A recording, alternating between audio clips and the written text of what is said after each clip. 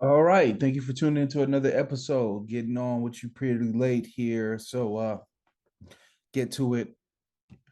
Try to make sure the programming comes on its regularly scheduled hour uh going forward. But training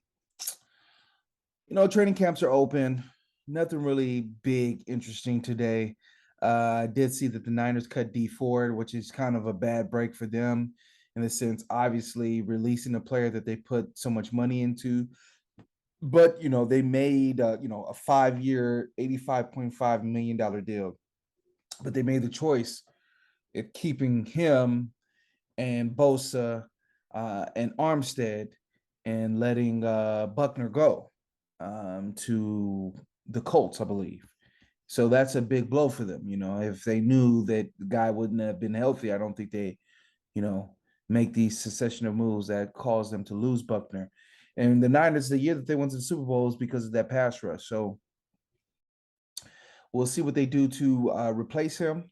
But that's a bad break to get a pass rush like that and never really get a dominant, healthy season from him. So Traylon Burks says he feels a lot better with asthma. It's just they're one of the more interesting teams in the league to me. Had the best record in the league. Uh, Lost in overtime to the eventual AFC champions, where they completely shit the bed. I think what the guy had 5 interceptions. Then they trade away their number one receiver because they didn't want to pay him. Uh, Henry's getting nothing but older. You get Malik Willis in the third round, and immediately people are saying, "Hey, is he going to replace Ryan Talonhill, who they've paid because of his poor performance?" And it seems like his ceiling has been reached. So there's a lot of moving parts there, and I think Vrabel's, in the running for arguably the best coach in football, if not definitely a top 4 or 5 coach. So, what does this mix look like? Is Burks a guy that could just be plug and play with AJ Brown, who didn't have the deepest route tree? So, is it something where they could just plug and play him? So we'll see. Back to moving to right tackle. Right tackle and left tackle don't matter as much. A lot of the best rushers are coming from the left end now. So before, the blind side is always going to be important, but the best rushers are starting to line up on that other side of the field as well. So I don't know if it's as important as it was before. I mean, it's going to mean money financially down the road for him. He's someone where uh, he's he had a hot start, and then you see right here, he gained weight, skipped voluntary offseason program, reported to minicamp overweight. So you want to say, hey, we drafted this guy high, let's keep him at the prize position. But if he's not working, what can you do? Um, he's just it's unfortunate when you see young guys like this. Now that I'm growing older, you realize that most potential is wasted. And that goes for myself. Everybody's trying to tap into their potential, and you see a young guy in the prime of his career. um, most of us, our potential doesn't have to do with our physical beings. We might have a potential to get in shape and things of that nature, but not a potential to be an all-world athlete like this guy. And you have such a small window. And I remember when I was playing college basketball, and there's no way I could do that now. And the season has passed, and I spent a lot of my times drinking on Saturdays. So I say that to say, hopefully he figures it out, man, because the kid is a stud. I remember his rookie season. There were just a couple of games where he looked like a monster. He's a stud. It's just, does he put the work in? Does he reach his potential?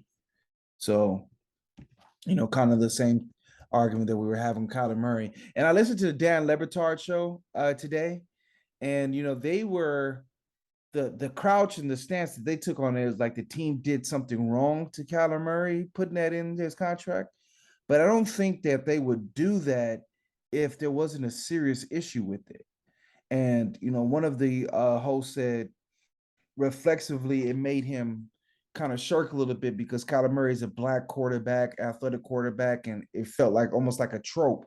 But at the same time, I've never heard of this before.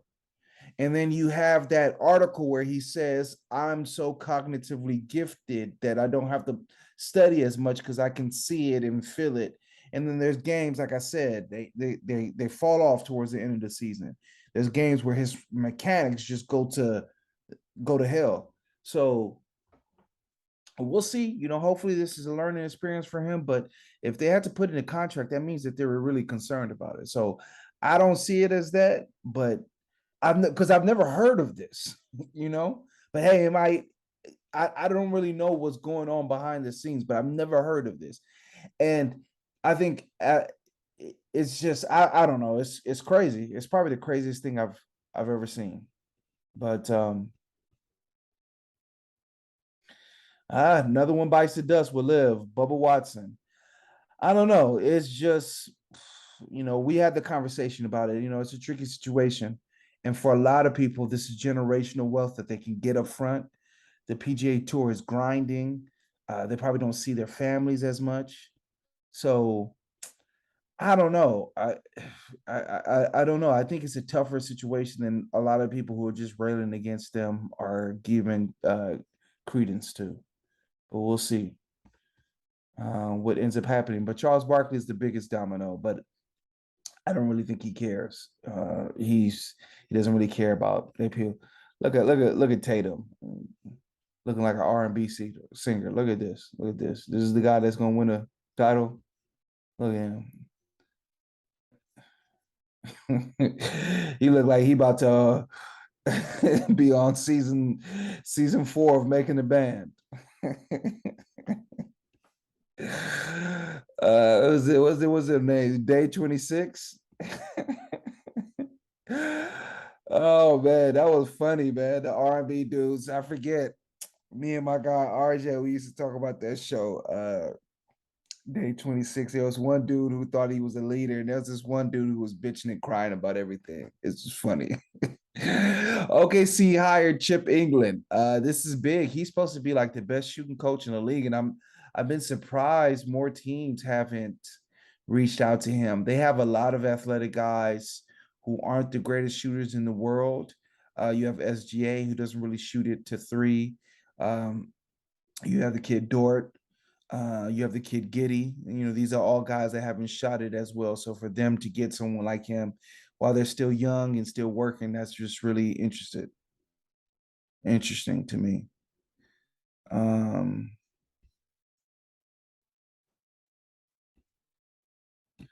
let's see. Is there anything else? Big Ben comments rub me the wrong way. Ben said that former teammates are more me centric. Big Ben is just the nerve of this guy. This guy has been someone who's been washed for years, who the team was loyal, and it came out that the GM didn't want him, the owner wanted him. Because I didn't understand. It was obvious, it's been obvious for about 3 years that this guy is physically done. This is a guy who refuses to do play action because he doesn't like to do it. Play action, which is so effective in modern day offense. This is a guy that's had his checkered past, 2 allegations. We don't need to get into it.